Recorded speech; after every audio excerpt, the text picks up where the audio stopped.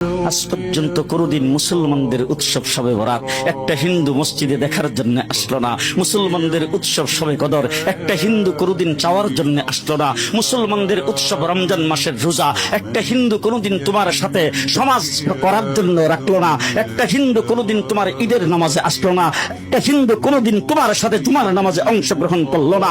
তোমাকে দেখার জন্য পর্যন্ত আসলো না। তার কারণ হলো হিন্দুরা মনে করে এটা মুসলমানের উৎসব, আর তুমি মুসলমান হইয়া হিন্দুর দুর্গা পূজায় কিভাবে গেলা?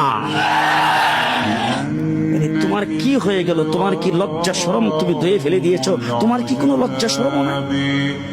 তোমার কি কোনো লজ্জা শরম নাই? আবার কি সুন্দর বলতেছ, ধর্ম যার যার উৎসব সবাই। হাই হাই হাই, ও মুসলমান যুবকেরা ভালো করে শোনো, ধর্ম যার যার উৎসব সবার, তাইলে বিয়া যার যার বউ তো সবার। জি, বিয়ে যার যার বউ সবার, পুষ্কুনি যার যার মাস সবার, গাছ যার যার ফল সবার, ক্ষেত যার যার ফসল সবার, দোকান যার যার মাল সবার। এখন ঘুমাইছে কি কথা বলেন না কেন? তাহলে আমার দোকানের মাল যদি আমার হয়, আমার ক্ষেতের ফসল যদি আমার হয়, আমার গাছের ফল যদি আমার হয়, আমার গাছের নারিকেল যদি আমার হয়, আমি বিয়ে করলে বউ যদি আমার হয়, আমার পুষ্কুনির মাছ যদি আমার হয়, তাইলে ধর্ম যার উৎসব তার।